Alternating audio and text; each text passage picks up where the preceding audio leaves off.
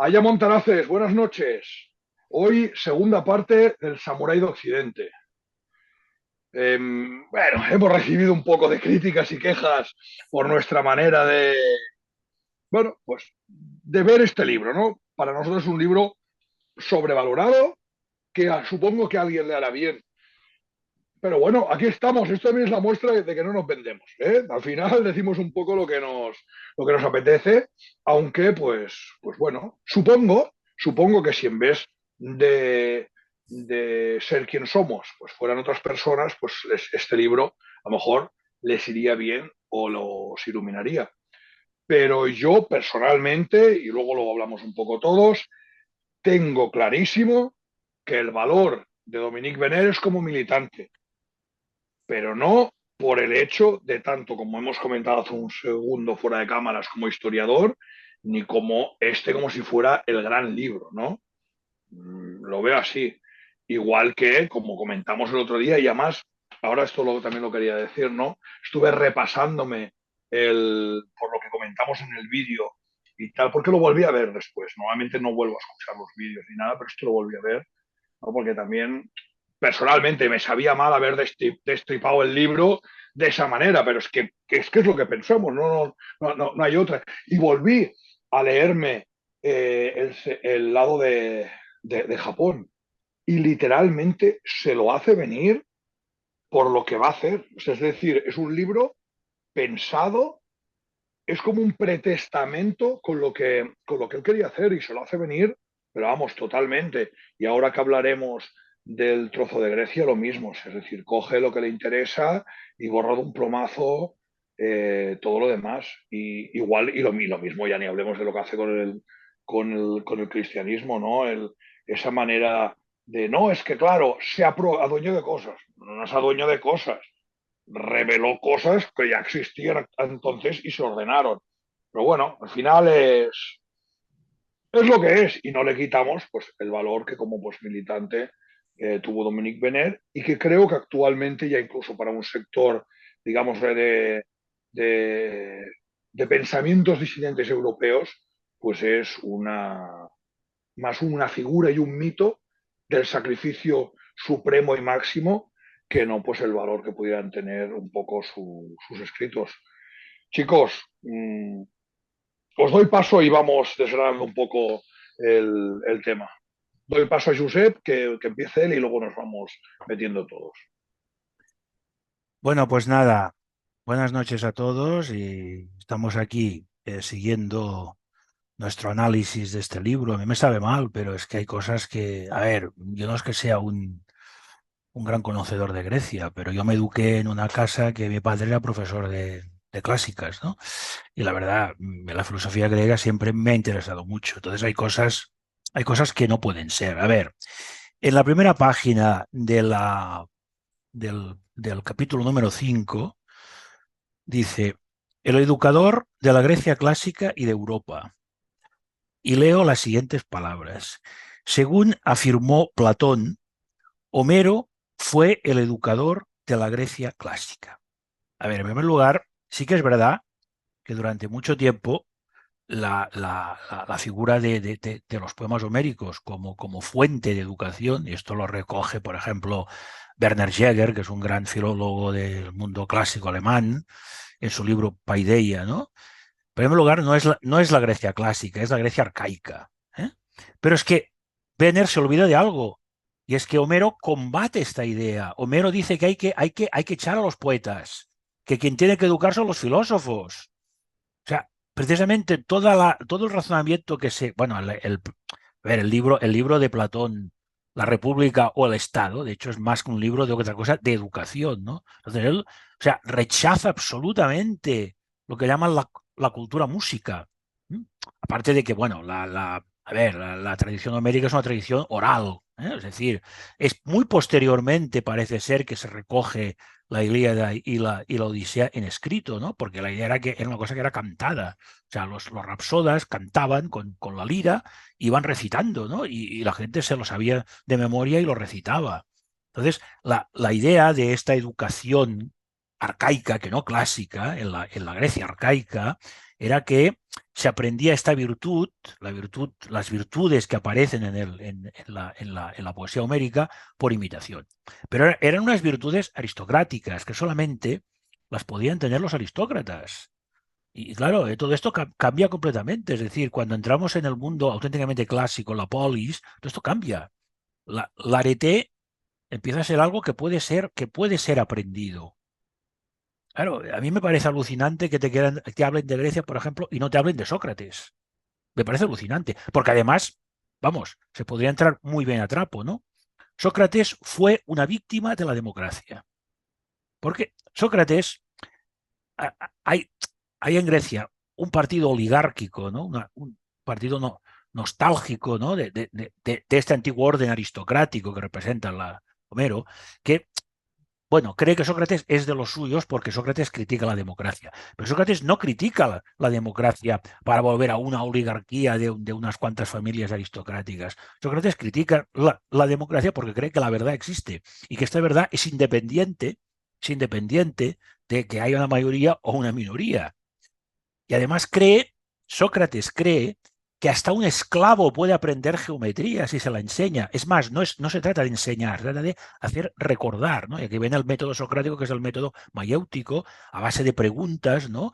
Y que estas ideas que él creía que eran innatas pueden salir a la superficie. Y hay un diálogo, no recuerdo en cuál, ahora no recuerdo en cuál, de Platón, claro, porque Sócrates no deja nada escrito, todo lo que sabemos de Sócrates porque aparecen los diálogos platónicos, ¿no? Que Sócrates demuestra que se puede enseñar geometría a un esclavo. Es decir, que el mundo ha cambiado completamente y todo esto Wegener lo ignora. Luego también dice otra cosa que también es muy chocante, ¿no? Cuando dice que en la misma página, un poco más abajo, dice, aparte de lo que ha dicho de Platón, ¿no? Dice, para Aristóteles, que lo colocaba en la cumbre de toda literatura, Homero ya es una fuente inicial de todo pensamiento. Esto tampoco es verdad. O sea, Aristóteles habla de los presocráticos, que son aprendices de filósofos. O sea, que hay una magnificación de esta figura que no tiene ningún tipo de fundamento. Sí que luego dice cosas muy interesantes. Es verdad que claro, en la épica homérica pues hay una serie de virtudes que están allí, virtudes aristocráticas, ¿no? Del estoicismo, del patriotismo, pero pensar que toda la historia de Grecia acaba en Homero es olvidarse del 99% de lo que fue Grecia. Y además diciendo cosas absolutamente contradictorias, porque sí, claro, Homero, o sea, Platón sí que dice que hasta ahora ha sido Homero la fuente de la educación, pero hay que acabar con esto, hay que echar a los poetas de la República, porque quien debe educar son los filósofos, no los poetas. Entonces, claro, aquí nos encontramos con una serie de cosas que yo, la verdad, con un conocimiento mío que tampoco es exhaustivo, ni mucho menos de la Grecia clásica, me parece que es vamos, bastante erróneo todo lo que cuenta. Otra cosa es cuando pasamos al siguiente capítulo, porque el siguiente capítulo nos habla del estoicismo. ¿Mm? Bueno, a ver, el estoicismo, en el mundo romano hay dos grandes filosofías, ¿no? Dos grandes filosofías que más que buscar una explicación del mundo, lo que buscan es una ética, ¿no? Y estas dos grandes filosofías son los epicúreos y los estoicos. Entonces, para los epicúreos, la finalidad de la vida humana era el placer. Pero cuidado, cuidado, distinguían muy bien entre los placeres sensuales y los placeres espirituales. Pero en cambio, el estoicismo es una ética que, bueno, de alguna manera ya prefigura un poco lo que será después la ética cristiana, ¿no? Pero con una diferencia, y es que, claro, los estoicos no creen en la otra vida y por lo tanto no creen en la recompensa. Es decir, para ellos la ética tiene un valor en sí misma, ¿no? Y, bueno, tienen una idea bastante pesimista del mundo. Es decir, los estoicos habrían firmado aquella afirmación del medieval, ¿no? De que el mundo es un valle de lágrimas. Pero claro, a diferencia de los medievales, que eran cristianos y esperaban una recompensa en la otra vida, los estoicos no la esperaban. Entonces, lo único que aspiran es a vivir con dignidad, con estoicismo, de que viene esta expresión, ¿no? Todas las calamidades que la vida les va a dar. Entonces, bueno, pues yo creo que este capítulo sobre estoicismo es bastante más interesante, ¿no? Pero tampoco establece esta conexión, porque de alguna manera la ética estoica no es, claro, evidentemente que no es como la ética cristiana, ni mucho menos, pero que de alguna forma la prefigura. Lo que pasa que según se mire, tienen más mérito, ¿no? Porque, claro, buscar una ética sin esperar la recompensa, pues bueno, quizá tenga más mérito que esperando después una recompensa, ¿no? Entonces yo creo que en este capítulo sí que hay cosas interesantes, aunque también, bueno, desde el punto de vista histórico, desde el punto de vista histórico, hay ciertos saltos y ciertas cosas que tampoco son demasiado exactas, ¿no? Y luego creo que lo más interesante está al final, o sea, cuando te habla en estos anexos, ¿no? Que te habla, bueno, de una especie de, de ideas en el epílogo, bueno, en el epílogo vuelvo otra vez con el espíritu de la Ilíada, ¿eh? Pero bueno, aquí dice alguna cosa interesante, ¿m? Y sobre todo los anexos, ¿no? Que habla de una serie de consejos prácticos, ¿no? Que bueno, esto me parece que sí que tiene un cierto valor ético, aunque hay cosas un poco mezcladas, ¿no? Y luego, bueno, el anexo 2 ya no es obra del propio Benner, sino que es una biografía, ¿no? Y aquí es donde también podemos encontrar alguna cosa interesante. Ya lo dije el otro día, creo que el valor principal de Benner está como militante patriótico, como alguien que ayudó junto con otros, ¿no?, a renovar este panorama político del patriotismo francés, que hasta él y hasta Benoist y otros, solamente era Vichy y la Argelia francesa. Pero, la verdad, cuando abandona el mundo de la militancia política y se quiere dedicar a ser historiador, pues la verdad, yo creo que como historiador tiene unas lagunas tremendas y de Grecia sabe muy poco porque su idea de Grecia se para en un momento muy, muy precario, es decir, bueno, ni los presocráticos, ni Sócrates, ni Platón, ni Aristóteles, ni los sofistas, ni la tragedia griega. En un momento habla de la tragedia griega. Otra cosa que también es chocante y sorprendente, ¿no? Alguien que habla de Grecia y no quiere hablar de Esquilo, ni de Sófocles, ni de Eurípides, el mito Prometeo. O sea, o sea, en la tragedia, sobre todo al principio, hay toda una especie de reelaboración, ¿no?, de lo que fue este paganismo olímpico, que en teoría es al que él se refiere. Y curiosamente no habla para nada de la tragedia. Otra cosa que también me parece bastante chocante, es decir, intentar hablar de la cultura griega y de la herencia de esta cultura en Europa, y no hablar de Esquilo, no hablar de Sófocles, no hablar de Eurípides. Me parece algo bastante curioso y bastante chocante.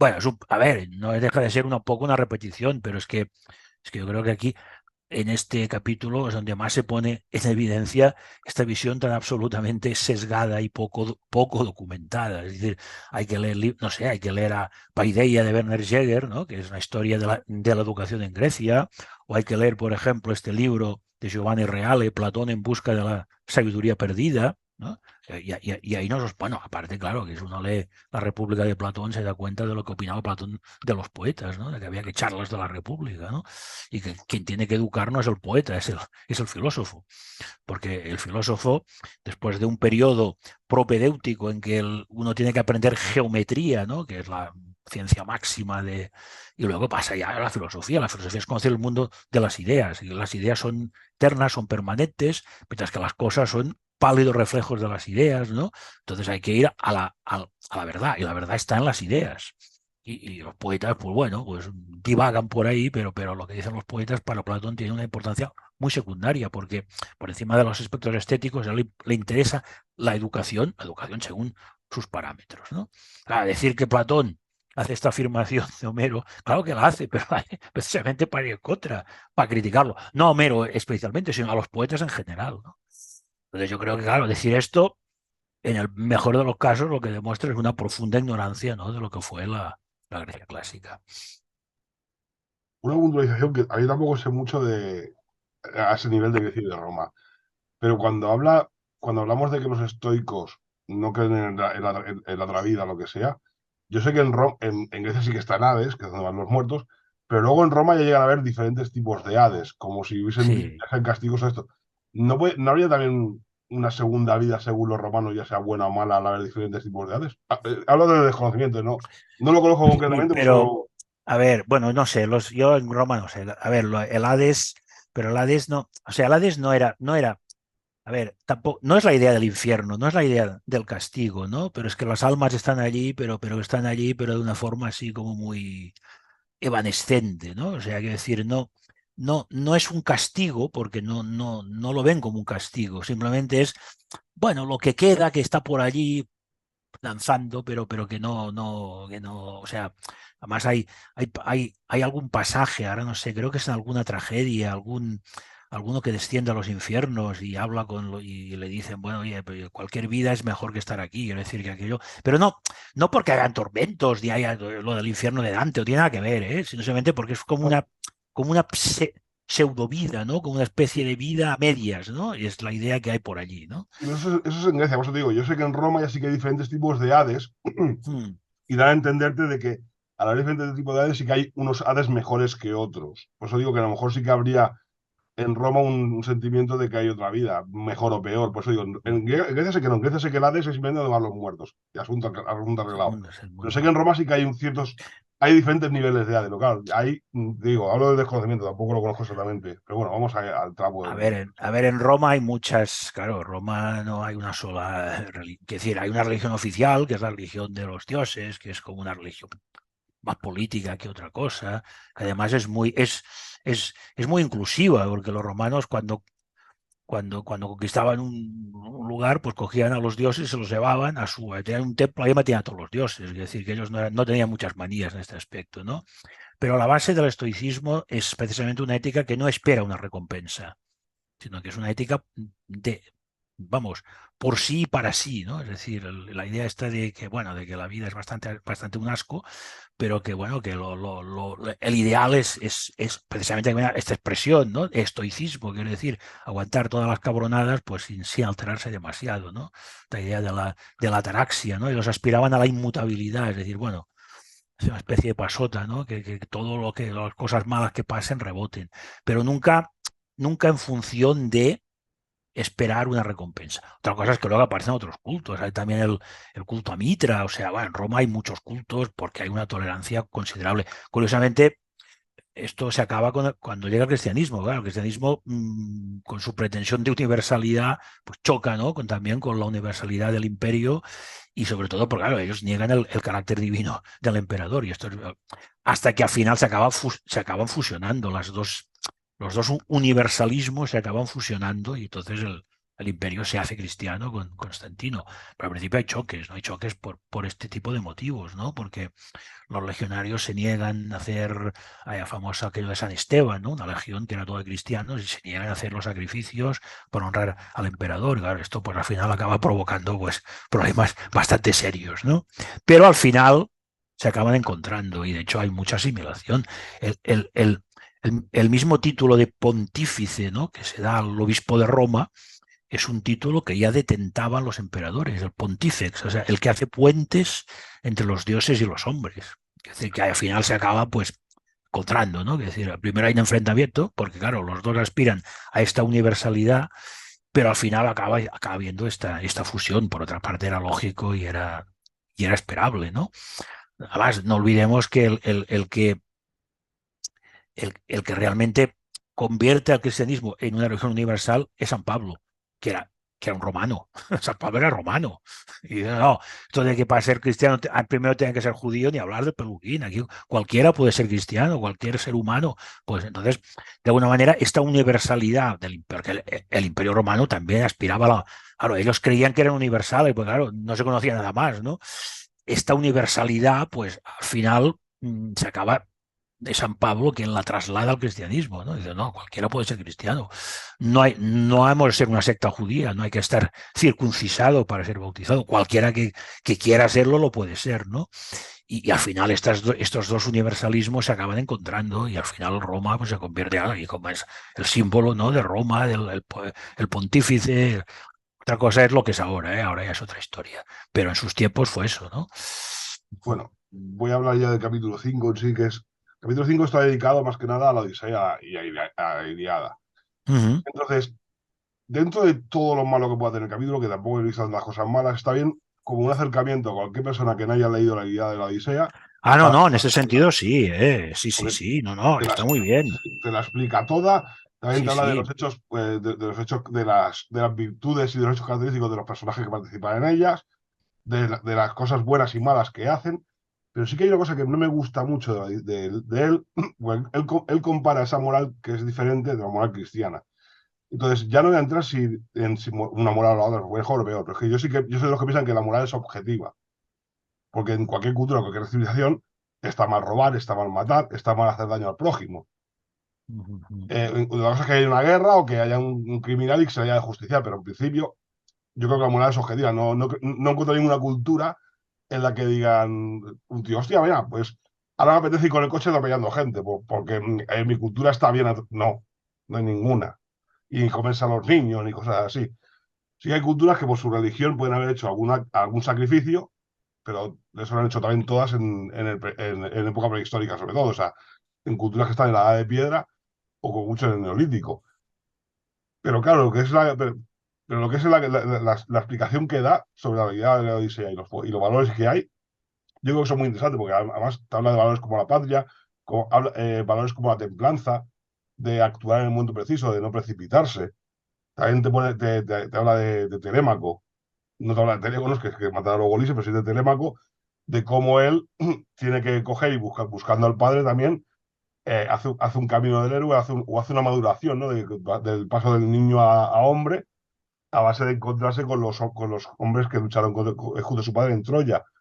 O incluso también el arquetipo de la mujer, que es Penélope, cómo tiene que aguantar no solo a los pretendientes que intentan robarle el trono, sino también al hijo mocoso, que todavía es un niño, que le está gritando y le está dando, y bueno, que está a la edad del pavo, por así decirlo, para que todo el mundo nos entendamos. Claro, ella tiene que tratar todos esos temas, y como ella, ya que no puede enfrentarse de manera violenta para asegurar el trono, lo que hace es meterse en la farsa del telar, que eso bien claro, pues demuestra un poco que la mujer siempre ha sido más, claro, no usando la fuerza, sino la astucia contra sus enemigos. Entonces yo creo que esa parte está muy bien, que lo único es eso, que la moral, sí que he visto que la moral cristiana, él comparaba la moral cristiana con la griega como si fuese una mejor que otra, y no, las morales yo creo que son objetivas, que pueden haber algún matiz, pero yo creo que el honor y la lealtad o el respeto están tanto en la cultura helena como en la cultura romana, como en la visigoda, como en la española o en cualquier otra cultura. Otra cosa es que haya gentuza que no siga esos valores, o que ahora la democracia no se estén fomentando esos valores porque a alguien no les interese. En cuanto al otro capítulo, al de los estoicos, ahí ya lo tengo un poco más. Hay cosas que me chirrían más. Pero sí que es verdad que da muchos ejemplos, incluso da muchas novelas y películas para ver, lo que algunas son francesas, que no se han traído, no sé si se han publicado en español o en España. Pero habla, por ejemplo, de una mujer en Berlín, habla de la película de Queen, y lo mismo. Pero también tengo una duda, que él, claro, él detesta o critica al estoicismo cristiano porque está esperando la recompensa, pero yo sí que veo muy viable y muy normal que el estoicismo de los frailes y de los conventos es un claro ejemplo del estoicismo romano, es la evolución, que puede tener un cambio, porque claro, una sociedad cambia más en 500 o 600 años, pero yo creo que los ejes son los mismos. No le veo una diferencia ni menosprecio, por ejemplo, a los dominicos o a los franciscanos conforme a Séneca o a Marco Aurelio, aunque él sí que lo haga. También te da una vista, sí me ha gustado también que cuando habla del estoicismo, lo da desde un punto de vista bastante booleano, a la hora de hablarlo, ¿no? O sea, sí que es verdad que habla del estoicismo, pero habla del estoicismo para buscar la tradición, para intentar, para trabajar tu interior, para mejorarte a ti mismo. Ya que tú no puedes actuar en el exterior, al menos mejórate a ti mismo, que es un aspecto tradicional que es, yo creo que bastante positivo y que es lo que más se nota aquí. Yo creo que esta segunda parte me ha gustado más que la primera. Pues la primera sí que veo más errores de fondo a la hora de explicarse, y aquí le veo quizá más motivos de dar herramientas a otros jóvenes que accedan a este libro para poder mejorar en su vida o para poder mejor encarar el futuro que nos espera. Yo creo que esta parte es más formativa que la otra. Sí, bueno, a ver, con respecto a la ley de la Odisea, bueno, habría que empezar diciendo que la figura de Homero es discutida y discutible. Es decir, hay una cuestión homérica. Algunos dicen que Homero nunca existió, que son un conjunto de poemas diversos, ¿no? Y tal. Pero es que lo que sí que es cierto es que entre la Ilíada y la Odisea hay una diferencia, hay diferencias enormes, y algunos lo han puesto en evidencia, ¿no? Para empezar, la Odisea nos muestra, ya es es como un poema más costumbrista, o sea, nos muestra ya la vida familiar. ¿M? Y luego hay cosas muy importantes. En la Odisea aparecen sirvientes y esclavos, ¿no? que tienen virtudes. Y esto en la Ilíada es impensable, porque en la Ilíada solamente tienen virtudes los aristócratas, los reyes y bueno, y Aquiles, porque es un semidios. Y fuera de ahí, lo demás no pintan nada. En cambio, en la Odisea, pues aparecen los esclavos fieles a la. O sea, que ya es mucho más. Se acerca mucho más a la idea de Arete, que después acabará triunfando en Grecia, de que, bueno, de que todo ser humano, por lo menos todo ser humano libre, ¿no? Siempre cuando sea griego, porque este es otro tema, ¿no? Entre griegos y bárbaros también es importante, ¿no? Pues podría tener acceso a la virtud, es decir, que la virtud no era una cosa que se heredaba de padres a hijos, ¿no? Que solamente estaba en algunas familias aristocráticas o de semidioses, sino que era una cosa que el ser humano podía acceder a esta virtud siempre y cuando fuera educado correctamente. Y hay un cambio importante, y algunos dicen que la, la, la, vamos, la fecha en que se escribe, bueno, que se escribe, que no, claro, que cuando se escriben, estos poemas cuando se escriben, lo que hacen es recoger una tradición oral, para empezar, ¿no? O sea, al principio no se escribían, era una cosa que se recitaba, se cantaba. Los capítulos de la Ilíada se llaman cantos. ¿Eh? ¿Por qué? Bueno, porque era un señor con una lira que cantaba, bueno, que lo cantaba, que le ponía música. Pero bueno, las diferencias entre la Ilíada y la Odisea son muy importantes. Primero, en cuanto que nos muestran ya aspectos más de la vida doméstica, porque bueno, estas cortes de Grecia, la corte de Ítaca era como vamos, era como un más, ¿no? O sea, no era gran cosa, tampoco era un mundo vamos, no era Versalles, ¿no? Ni mucho menos, ¿no? Y nos muestran cosas de la vida familiar, de cosas que en la Ilíada son impensables, ¿no? Y luego aparte esto, la aparición de sirvientes y de esclavos, ¿no? Que tienen virtudes, cosa que en la Ilíada también es impensable. Es decir, que entre una y la otra también hay diferencias enormes que Benner tampoco las menciona. O sea, habla de la Ilíada y de la Odisea como si fuera lo mismo. No es lo mismo, ¿eh? Y parece ser que hay un hiato de tiempo importante entre una y la otra, y claro, porque responden a una serie de valores que han ido cambiando, ¿no? Y eso tampoco lo comenta. Y bueno, lo otro sí, ya te digo, yo para mí el capítulo del estoicismo, dejando aparte algunas cosas que, bueno, son discutibles, me parece un capítulo muy interesante desde el punto de vista, bueno, de esta ética que se inicia en el mundo romano y que luego seguirá existiendo, evidentemente, ¿no? Y que de alguna manera, en algunas cosas, no en todas, en algunas cosas se puede considerar precristiana, pero no, o sea, no precristiana en el sentido de la idea de salvación, porque allí esta idea no está, ¿no? Sino en el sentido de una ética basada pues en unos valores, ¿no? Y de que hay que buscar el bien por el bien en sí mismo, ¿no? Y que el bien en sí mismo ya es un valor, ¿no? Y eso creo que sí que sale en el libro, que a veces un poco así, un poco deslavazado, pero esto creo que sí que sale, ¿no? Yo os quería comentar Mm, que me parece que la idea de Benner en este libro es un poco ir justificando pues por ejemplo, vamos a ponerlo por capítulos. Este capítulo quinto de los estoicos, que lo hemos denominado así, entonces fundamentarlo con los capítulos anteriores o sea, según su criterio y según lo que él adopta, no con un rigor o con un estudio rigorista o profundo, sino dándole un esqueleto, pero esqueleto se queda en esqueleto, a su idea y un poco a lo que luego hemos comentado de llegar a la actualidad. Es decir, la lucha actual la hemos de basar en estos valores y yo os doy un esqueleto según yo he creído, según yo he leído e interpretado, para que tengáis un fundamento. ¿Qué os parece esta lectura? Bueno, pues ya, pero es que hay un pequeño problema, es que claro, a ver, la ética que uno puede sacar de la Ilíada y la ética estoica es que no se parecen nada. Además es lógico, porque es que hay cientos de años, ¿sabes? Que hablar de la antigüedad, vea, la antigüedad, oiga, pero es que a ver, Homero, suponiendo que existiera, porque ya digo, hay una cuestión homérica por ahí, ¿qué tal? Vive en el siglo IX antes de Cristo, el siglo IX antes de Cristo.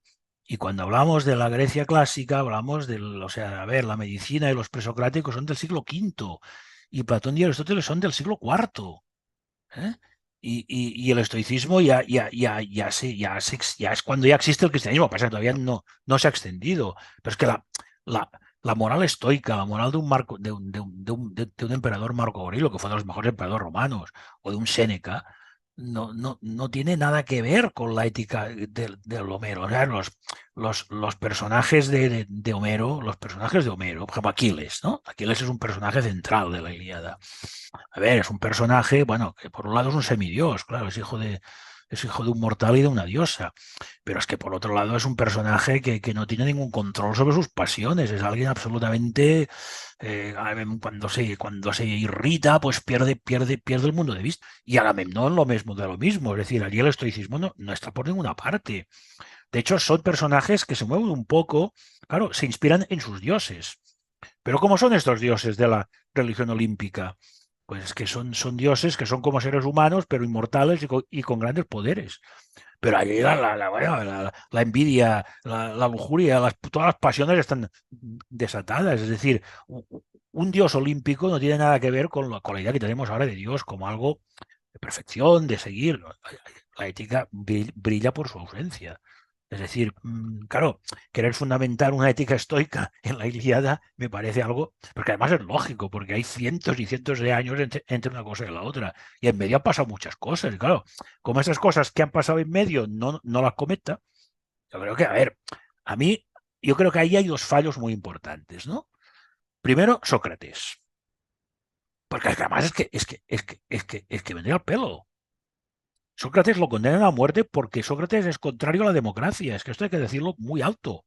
Pero no es contrario a la democracia porque quiera que vuelvan los antiguos señores. No, es contrario a la democracia porque cree que existe una verdad. Y que esta verdad es independiente de la mayoría. Y Pablo dicen, usted está corrompiendo a la juventud y lo condenan a muerte. Lo que pasa es que dicen, bueno, mire, le dejamos escapar. No, yo no me quiero escapar. Yo no me quiero escapar. Yo voy a tomar la cicuta para demostrar que yo tengo razón y que la verdad existe. Es decir, y claro, es una figura bueno, que yo creo que desde las perspectivas ideológicas de Wener podría haber dado mucho juego. No lo aumenta. Bueno, ya no hablemos bueno, de la tragedia, bueno, de los tres grandes autores, Esquilo, Sófocles y Eurípides, que también hay un cambio importante, o sea, de Esquilo a Eurípides hay un cambio muy importante, porque es lógico, porque, bueno, en fin, ¿eh? Entonces, claro, sí, supongo que él intenta eso, pero es que intentar fundamentar la ética estoica en la Ilíada me parece, vamos, una cosa que está fuera de lugar. Primero porque los elementos que están por ahí jugando no se parecen en nada. Pero es que segundo, es lógico porque hay hay siglos de diferencia, claro. Eso es como a los que hablan de la Edad Media. Oiga, la Edad Media, el siglo V después de Cristo ya es Edad Media y el siglo XII ya es Edad Media, pero es que no se parecen en nada. Porque el siglo XII y XIII aparecen las universidades, aparecen las traducciones de los clásicos, aparece el mundo de las ciudades, y el siglo V aquello era, bueno, Europa era una selva. Y claro, hablar de la Edad Media en genérico, pues no nos dice nada. Pues hablar del mundo griego, claro, si tú pasas del siglo IX al siglo IV antes de Cristo, estamos hablando de 500 años. Estamos hablando de 500 años. Y parece que, bueno, que no han existido. Es cierto que en aquel momento, en estas épocas de la historia, los cambios no eran tan acelerados como ahora, claro que no, pero a pesar de eso existían, ¿eh? Es decir, el mundo que refleja la Ilíada, que es el mundo, de hecho refleja el mundo micénico antes de las invasiones indoeuropeas, ¿eh? Otro tema que también tendría que hacérselo mirar, ¿no? Refleja este mundo de estas grandes monarquías micénicas, que eran monarquías, bueno, basadas en, bueno, monarquías aristocráticas, ¿no? Pero claro, cuando viene a la polis, aquello cambia completamente. Y luego vienen los que critican claro, porque Sócrates y Platón critican la polis, pero no la critican para volver a lo de antes, ¿no? Para hacer otra cosa totalmente distinta, ¿no? Y todas esas cosas que además yo creo que tendrían mucho juego desde el punto de vista ideológico, ¿no? Pues parece que para Wener todo esto parece que no existe. Y me parece, vamos, un error bastante gordo desde el punto de vista de alguien que pretende ser un historiador de las ideas, ¿no? Una puntualización respecto a el espíritu estoico de Aquiles en la Ilíada. En el capítulo en el que han matado a Patroclo y iba a vengarse, fíjate si está templado, que cuando se pone a triturar troyanos, porque parece que hay una trituradora, llega al río y le dice el río, deja de matar gente que está lleno de sangre, que estoy lleno de sangre. Y aquí se gira al río, eso lo recuerdo, y mira que hace años que Sí, la leí sí, la última sí, vez, y le claro, dice al claro. río, como me vuelvas a protestar, también te mato a ti. Sí, sí, claro. Bueno, es una Eso es lo que furia le dice al desatada. espíritu del río. Claro, es una furia desatada. Claro, todo esto no tiene nada que ver con el estoicismo. Y que además, bueno, a ver, oiga, esto es una guerra. La guerra la gente se mata. Quiero decir, bueno, vale, muy bien, ¿no? Pero, y bueno, y cuando mata a Héctor, después se ensaña con el cadáver y lo hace trizas, lo arrastra. O sea, claro, esto de estoico no tiene nada. Es todo lo contrario. Bueno, en fin. Luego sí, luego la verdad es que cuando viene el padre y le pide el cadáver, el hombre reacciona de forma bastante más humana, ¿no? Pero al principio es una furia desatada, que es algo bárbaro, allí matando gente. Se queda solo, ¿no? Ujú. Yo por mi parte de esta lectura, casi, pues tengo que decir que, bueno, puedo aprender más de esta segunda parte, cosas más interesantes que de la primera que hicimos. No puedo debatir mucho sobre todo el tema este que estáis comentando de la filosofía griega, bueno, sobre todo porque casi estoy aprendiendo más de ahora mismo, ¿no? De lo que estáis comentando vosotros y aunque tengamos que coger con pinzas algunas partes, es bueno saber que ya que no estaba antes muy metido en el tema, es bueno saber qué partes son las que Benner en este caso ha explicado a su manera, ¿no? Para no aprender mal, ¿no? Desde un principio, ¿no? Yo por mi parte, sobre todo, el tema del estoicismo que nos plantea el autor como modo de vida, poner en práctica para nuestro beneficio, pues como un arma para combatir la decadencia de Europa, pues es un tema que está muy interesante, está muy bien, pero no lo hace, sin embargo, como una herramienta más a sumar a la riqueza espiritual que ya nos ha sido legada al europeo como con el catolicismo, sino como algo que se tiene que utilizar para combatir el catolicismo tradicional, también metiendo a este en el saco del resto de males como un enemigo más a combatir. Yo he vuelto a ver en la segunda lectura otra vez este tipo de inclinaciones y bueno, es un error, ¿no? Bueno, pues es un error desde mi punto de vista, porque si se hace en la lectura una buena identificación de cuáles son los males a combatir, pero sin embargo se dedican muy pocas páginas a esta identificación. Sin embargo, se utiliza gran parte del libro en su mayoría para dar vueltas sobre los beneficios del estoicismo, poner ejemplos históricos de quienes lo pusieron en práctica, sus estudiantes, sus escuelas, bueno, lo que habéis comentado antes vosotros. Pero sin acabar de aclarar del todo hacia dónde se desea llegar como conclusión final, ¿no? Sin terminar de ir al grano. La sensación que me ha quedado a mí, por lo menos. El tema del estoicismo es interesante en parte, hay cosas que se pueden aprovechar sin necesidad de rechazar el catolicismo de la manera tan agresiva como el autor se siente en este escrito. Se puede aprovechar la confianza que se hace en su racionalidad del universo, de la vida humana, es decir, la convicción de que no pierde su tiempo y que trata de reflexionar sobre lo que sucede y así busca una ruta sobre lo que es más conveniente. Y en muchas ocasiones encuentra uno durante sus momentos de oración la sabiduría para tomar las decisiones correctas también. También se puede aprovechar la importancia que se le da a las virtudes, como habéis comentado también vosotros, que cada uno posee y cómo mejorarlas como un bien estable que podemos y debemos hacer nuestro para ser mejores seres humanos. Por otra parte, profundizando en el estoicismo, encuentro muchas similitudes con el catolicismo, que ya sabiendo también, porque he estado leyendo otras fuentes, que tiene el catolicismo también este origen en cuanto a ciertos comportamientos estoicos, ¿no? Pero hay muchas similitudes ahora, por ejemplo, con la cita de Marco Aurelio, que dice que si alguien me desprecia es su problema y el mío es no decir ni hacer nada despreciable, tiene mucho similitud con lo de poner la otra mejilla o con el Evangelio de Lucas, ¿no? Entonces, al final, al fin y al cabo, también tenemos muchos ejemplos de entereza estoica. En la desgracia esta que ha comentado de la mujer alemana, que como muchas otras tuvieron que sufrir los actos más despiadados de los rusos durante la derrota de Berlín, es algo que siempre es justo recordar, está bien, por tales atrocidades de los vencedores estos, pues no deben caer nunca en el olvido, pero no está, pues sin embargo, esto también me hace recordar los incontables casos de mártires que desde el mismo momento de la revelación de Jesucristo hasta los días de hoy han dado su vida por mantenerse firmes en la fe y nos han dejado influenciar por las amenazas ni las torturas, por muy atroces que estas hayan sido, que no siempre son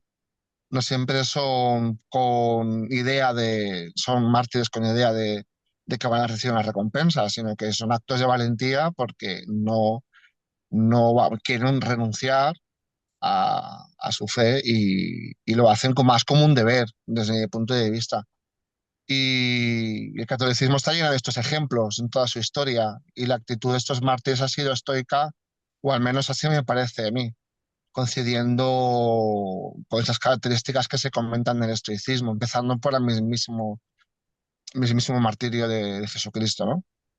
Por otra parte, las raíces de Europa son profundamente católicas y no entiendo muy bien la idea esta de venir de atacar todo el tiempo al catolicismo, ¿no?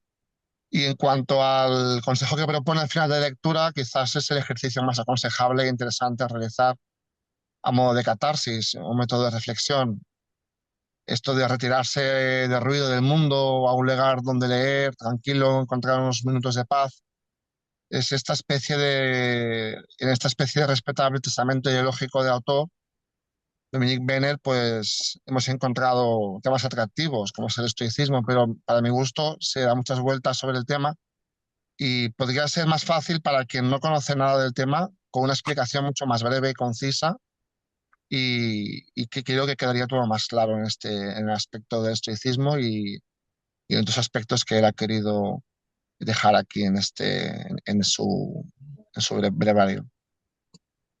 No sé qué opinas tú Alsina, del tema de los mártires, que si no se ve en actitudes que se han visto cierto estoicismo en, en estos casos. Yo lo veo bastante claro.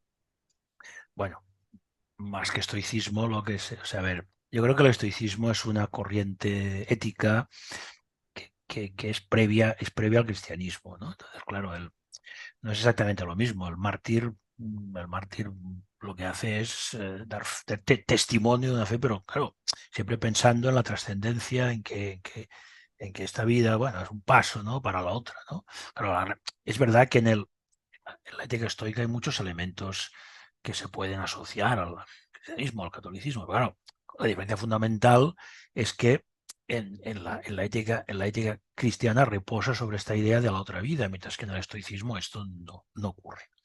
Pero claro, es que Benner, a ver, hay otra cuestión. O sea, ellos en general, ¿no?, la nueva derecha francesa, pero sobre todo Benner, beben un poco de Nietzsche, ¿no? Claro, Nietzsche condena a Sócrates. O sea, Nietzsche dice que Sócrates, bueno, que con Sócrates muere Grecia. ¿Por qué? Porque, claro, Nietzsche es antiética, antimoral. Entonces, claro, cuando alguien se empieza a plantear el bien y el mal, como hace Sócrates, pues para Nietzsche aquello ya es una degeneración. Pero claro, es que para Nietzsche el estoicismo también sería una degeneración. Quiero decir, ahí hay una mezcla de cosas en las cuales no hay coherencia. Bueno, Nietzsche se le puede criticar de muchas cosas, pero al hombre coherente lo era, ¿no? Es decir, él ataca, dice, no, es que con Sócrates empieza la decadencia, ¿no? En el mundo de la tragedia dice bueno, que el auténtico trágico griego es Esquilo, porque Sófocles y Eurípides ya están impregnados de espíritu ético. Lo que combate es la idea de la ética. Para él la moral es la que imponen los fuertes a los débiles. Ya está. Todo lo demás son excusas. Entonces, claro, allí puedes decir que hay una coherencia, ¿no? Es decir, es lógico que quien esté contra el cristianismo también esté contra Sócrates, porque Sócrates no era cristiano, pero empieza a hablar de que existe el bien, de que existe el mal y de que existe una verdad. O sea, no es cuestión de mayorías, la verdad existe y está allí. Y aunque sea una minoría, pues la verdad es la verdad y punto, ¿no? Pero claro, hay cosas muy contradictorias, porque por un lado, estas diatríbicas anticristianas, de alguna manera, parecen inspiradas en Nietzsche, pero luego resulta que te habla del estoicismo, y claro, Nietzsche cargaría el estoicismo con la misma alegría que se cargaba Sócrates. Es decir, aquí hay una persona que quiere ser historiador de las ideas, creo que tiene que tener un poco, en primer lugar, un poco de la conciencia del tiempo, ¿no? Es decir, es verdad que en la historia hay constantes que se repiten, esto es indudable, ¿no? Pero también hay cosas que cambian. Claro, hablar de estas cosas así de la antigüedad, ¿no? O como leía antes, hablar de la Edad Media, pues me parece que es una cosa que es muy, muy poco seria, ¿no? Porque está hablando de periodos de tiempo enormemente grandes y en los cuales además han pasado muchas cosas, ¿no? Que han habido grandes cambios. Y eso parece que él no se entera. Pero es que además luego ves estas contradicciones, ¿no? Porque le digo, ellos de alguna manera beben de esta crítica nietzscheana al cristianismo, pero luego por otra parte, bueno, te hace esta apología del estoicismo, que me parece muy bien, ¿no? Pero claro, esto, aquí hay una contradicción muy grande, ¿no? Es decir, sí que hay una diferencia, claro que hay una diferencia, que unos esperan la otra vida y otros no, pero luego también hay muchos elementos en común, como tú has puesto en manifiesto. Es decir, yo aquí veo una serie de contradicciones. Bueno, está bien que hable de la ética estoica y que, bueno, y que intente, pues bueno, y además en la ética estoica o sea, hay elementos que son propios de la época, pero también hay elementos constantes, y esto es lo que supongo que es lo que quiere hacernos ver cuando manifiesta comportamientos propios del estoicismo en momentos muy distintos de la historia. Y esto es cierto, ¿no? Porque, bueno, sí que hay cosas que se repiten, hay constantes que se repiten, ¿no? Pero esta oposición entre el estoicismo y el cristianismo, yo tampoco la veo, porque de alguna manera es un adelantado. Lo que pasa es que, claro, ¿qué le falta? Bueno, pues le falta la idea de que, bueno, de que sí, de que el mundo es un valle de lágrimas, pero claro, el mundo es un valle de lágrimas porque es un paso para otra vida. Y en cambio, el estoicismo, esta segunda parte, pues no la ve, o la obvia, o por lo menos no dice nada al respecto, ¿no? Lo que habla es de la dignidad, ¿no? Bueno, para soportar todas las desgracias, ¿no? Que la vida pues nos va a aportar. Bueno, pues yo voy a comentar un poquito también lo que es el primer anexo, que son los consejos que da, Ujú. muy interesantes. El primero que da es pues tener un pequeño librito donde ir apuntando cosas que te marquen durante la vida y poniendo las fuentes o incluso pegando, o sea, la imagen o pegando la noticia o lo que sea y la dejas remarcada. Luego también te da otro consejo, otra propuesta, que es la de la lectura, de buscar un sitio tranquilo donde poder leer y acercar la lectura a los demás. O sea, ya sea tu familia o amigos o lo que sea, tener un libro cerca para darles o tú cuando tengas un tiempo muerto leer. El tercer consejo práctico es hacer deporte. No solo o sea, no solo formarte intelectualmente, sino también hacer una vida sana. El cuarto consejo práctico es el de vez en cuando irte a la montaña y a disfrutar de la naturaleza. Pero no hablar, sino a reflexionar y simplemente disfrutar del paseo. El quinto consejo práctico es el de, tanto que hablamos de Europa y tanto que somos europeístas, viajar por Europa, ir a ver otras realidades, ir a ver otros monumentos, ir a ver otra gente, buscando fechas que no estén muy abarrotadas según él, que no esté lleno de domingueros, pero que puedas visitar ciudades pues, como Toledo, o la gente dice Roma, o dice otros muchos sitios. El sexto consejo práctico es el de la belleza, es el de disfrutar la belleza, pero no habla tanto solo de la belleza como arte, sino habla de la belleza contemplativa. O sea, porque habla incluso de cuando esté lloviendo, el sonido de la lluvia o cuando el sonido del viento. O sea, habla de una vida, o sea, más de una contemplación o de la belleza de la contemplación y no tanto de lo que es el arte en sí. Y el último consejo práctico era el de que el europeo se tiene que reencontrar a sí mismo para así despertar de su sopor en el que estamos ahora mismo. Y que estaría bien que lleves que lleves un árbol genealógico de tu familia, si puede ser, y que investigues sobre tu familia y demás. Son los consejos prácticos que dan su anexo, que yo Sí, creo que no, son muy no. interesantes. Esto está muy bien. Esto está muy bien. No, eso no tengo nada que decir. Al contrario, pienso que son todos consejos muy, muy, muy válidos, ¿no? Pero bueno, son consejos que son, son compatibles o sea, con muchas cosas. Quiero decir, no. Claro. Por ejemplo, el de la lectura. Bueno, sí está muy bien lo de la lectura, pero claro, también depende de lo que leas, ¿no? Además, bueno, esto, a mí cuando habla de esto, un lugar retirado para leer, no sé, me recuerda a los monasterios, no por nada, ¿eh? Porque monasterios medievales era de esto. Es que incluso pone de ejemplo él de ir a rezar a una iglesia, de ir a leer a una iglesia, pone de ejemplo él. Claro, ¿no? Eso Entonces, iba a decir, que dice que después de estar en el curro un día estresado, en vez de ir a tomar algo, te ves un rato a la iglesia. Bueno, ¿para la iglesia qué? No sé, ¿sabes? Es como muy... a ver, los consejos están bien, ujú, pero los consejos te los podría firmar hasta casi cualquiera. sí, Aunque claro. también te haré un añadido, ¿eh? Y ahora que no se me tome a mal. El consejo en el disfrutar de la belleza. Mm, a ver, sí, yo me pongo en Barcelona, en mi barrio maravilloso, y al revés, yo quiero que llueva, pero no porque voy a contemplar la lluvia. Quiero que llueva porque quiero que se caigan las mierdas de perros y los meados de perro que está lleno. Pues nadie se dedica a quitarlos. O sea, ojo, con el disfrutar de la belleza. Es decir, ¿se puede estar en Burgos disfrutando de la lluvia? Un día tranquilo, un domingo, sí. Puedo decir que en Barcelona miras por la ventana y te da ganas de arrancarte los ojos.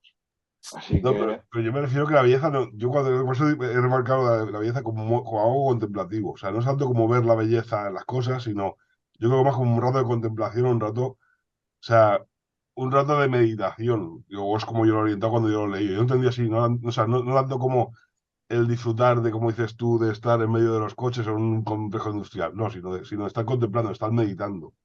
vale, vale, vale. No, pero los consejos son bastante razonables, Sí, bastante, no, no, evidentemente. mucho que decir. Yo lo que quería em, incidir y ver es que creo que realmente todo lo que hace, todo lo que hace es por eso. Es decir, él tiene una idea preconcebida que es que el cristianismo jodió todo. Sí, Tiene una idea preconcebida que es me voy a suicidar. Y a partir de aquí, hila la historia de Europa más hacerse venir lo del Japón para justificar su suicidio y sus ideas.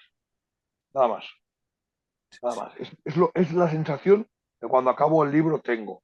Yo puedo entender que a un ateo sin fe, pero con, digámosle, eh, un pequeño despertar patriótico, ¿vale? Que empiece, este libro le puede ayudar. Pero creo que cuando ya estás un poco iniciado, este libro, pues vale. O sea, es lo que te digo, o sea, las soluciones que da los consejos me los daría mi padre, sí, claro. ¿sabes? No, entiéndeme, que no es para menospreciar, ¿eh? Pero es una cosa, ni a mi padre ni a Dominique Benet, pero es una cosa muy, muy, muy básica, muy, vale, vete a la montaña, de puta madre, gracias, qué gran consejo. Come sano, haz deporte. Claro. Vale, guay, ¿sabes? O sea, sí. Tu nutricionista también te da lo mismo. No sé, le pones a cualquier pseudo coach de Instagram y te da lo mismo. Pero a veces hay que recordar nuestro ambiente, ¿sabes? También estas cosas, ¿eh? Bueno, vale, no te digo que no, no te digo que no. Y luego, claro, es que es eso, o sea, es que me parece que es un libro el cual pues se lo hace venir todo eh, a su manera. Y luego creo que le falta más de explicación de Dominique Menel militante, ¿no? Porque incluso si cuando coges el espacio de biografía te dice, en 1970, y hablamos de un momento lejano, dejó todo para dedicarse a escribir y a vivir de escribir.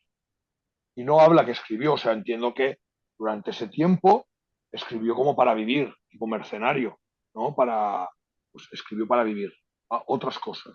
Pero fijaros en la biografía, ¿eh? En los 70 se cansa, luego en medio tiene pinceladas, pero en verdad casi no escribe hasta los 90.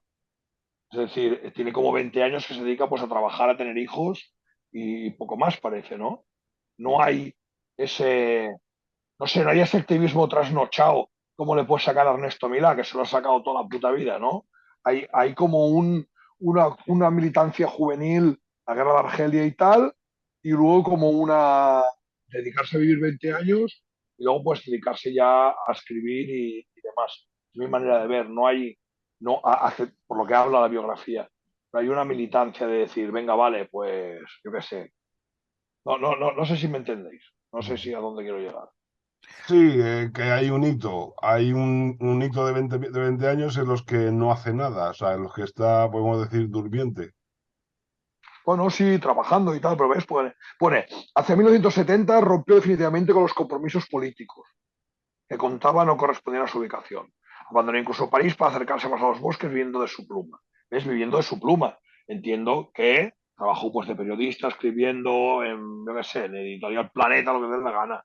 Y eso sí, publica en cantidad de libros y colabora con la prensa y estudiando. Pero fíjate que sí que lleva pues, alguna cosa de historia y tal, pero los libros, a excepción del Balticum, que es el 74, el resto ya pasamos al año, no, al año 96, al año 94, es decir, yo creo que estuvo pues currando y viviendo, Mm. ¿no?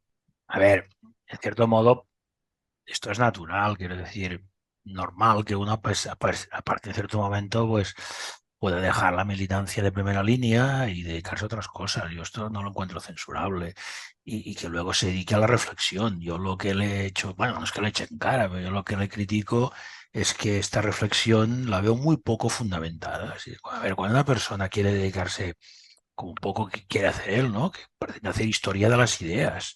Pero claro, esto hay que fundamentarlo y o sea, antes que él muchos han escrito y hablado sobre Grecia y parece desconocerlo. O sea, es que es un hombre que yo no le veo, no sé, no ha leído a Werner Jäger, no ha leído a Giovanni Reale, no ha leído a ninguno de estos, ni a Wilamowicz, todos estos grandes estudiosos de la cultura griega.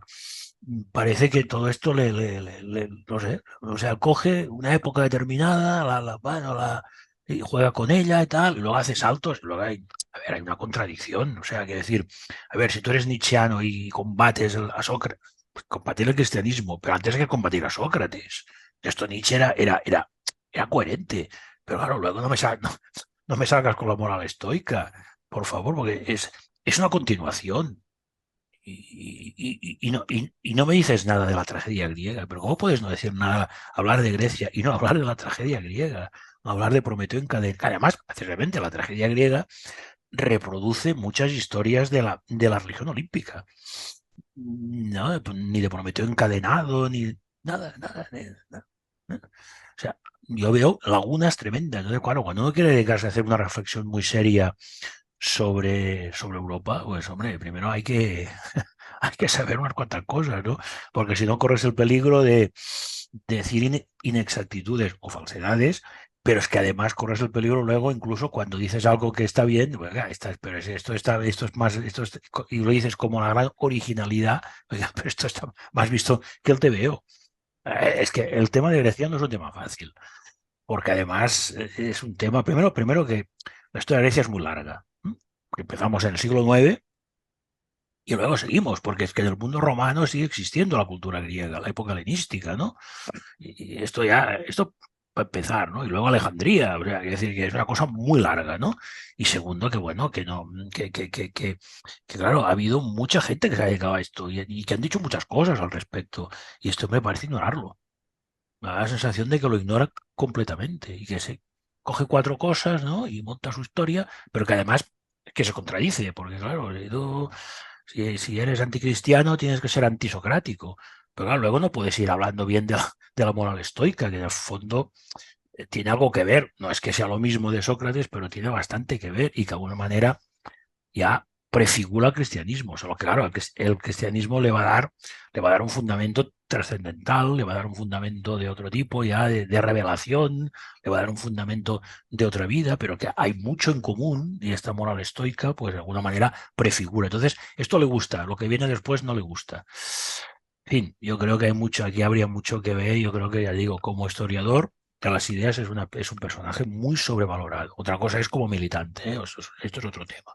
Los años de militancia, sí que es verdad que Wener contribuyó a renovar este mundillo que estaba absolutamente parado en Vichy y en la Algeria francesa. Esto es cierto. Pero como historiador de las ideas, para mí, la verdad es que no superaría un examen elemental. Es que el libro empezaba bien, porque cuando lo empezábamos a leer al principio, Mm. veía pues que hablaba pues, criticaba pues esto, ¿no? Que criticaba que la belleza había desertado en nuestras vidas, Sí, sí, claro, sí. que hablaba pues de este nihilismo que recorre Europa, el mundo, ¿no? De la feminización de la sociedad. Hablaba de cosas que a mí me estaban resultando similares a un libro, tipo como el que habíamos leído antes, de católicos identitarios, pero sin embargo, pues para alguien que tiene un despertar patriótico y quiere meterse en feina, católicos identitarios es mucho mejor, va mucho más a grano en cuanto a identificar los males que se sufre en Europa, en Occidente, y cuáles son las soluciones.